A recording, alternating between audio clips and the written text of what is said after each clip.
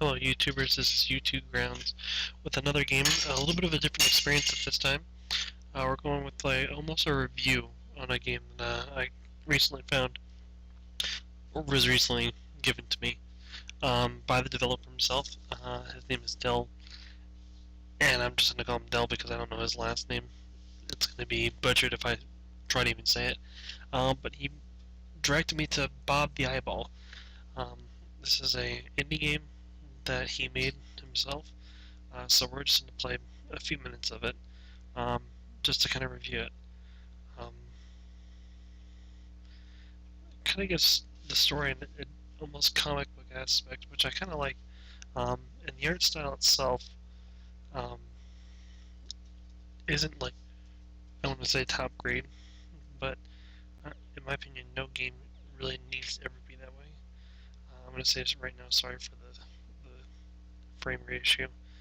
It's I'm currently on a laptop, and it's kind of being slow, but we'll still go with it.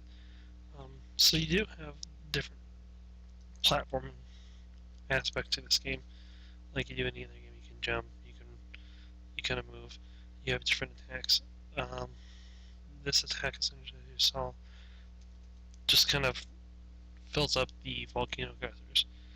You got boulders that you shoot out. You can shoot out either direction, and then left click you can throw like mines.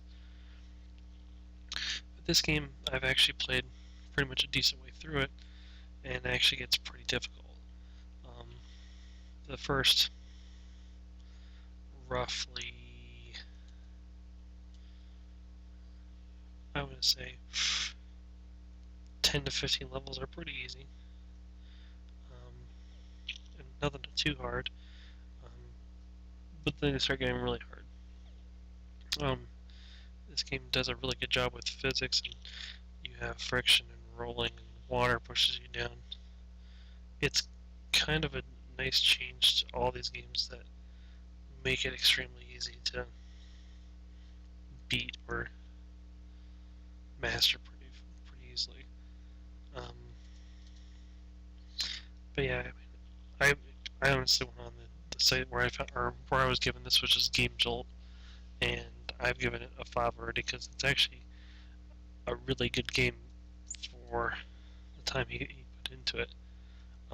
As you can see, there's like even buoyancy, which is awesome. I like physics in a lot of games, and physics even in an indie game is pretty impressive.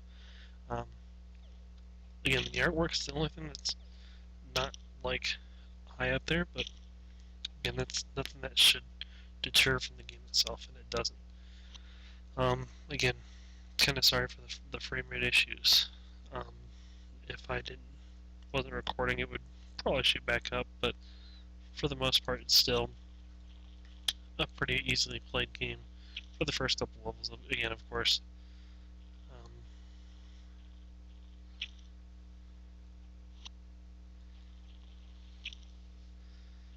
But yeah, this game definitely does well, and the people who play a lot or make a lot of the games and develop a lot of games on Game Jolt do a really good job. Or I said good, but do a good job with what resources they have. They take their personal time and put it into these games, and Dell's definitely not shy of this either. He's put a great deal into Bob the Eyeball 1 and 2, and it shows. He's not trying to take shortcuts. He's not trying to make it easy. He's doing a good job, and he definitely should be commended, and a lot of people should start picking up this game and playing it because it's a fun game. Even though you go there once and it's done, it'll show that his hard work is not going unnoticed. But if you do have any questions, comments, or if you want to subscribe as well, definitely do so on the bottom. And likes and subscribes always help me, letting me know that people are watching my videos. But I will put in the description the person's developer's name and also a link to the download. But thanks again. This is YouTube Grounds signing off.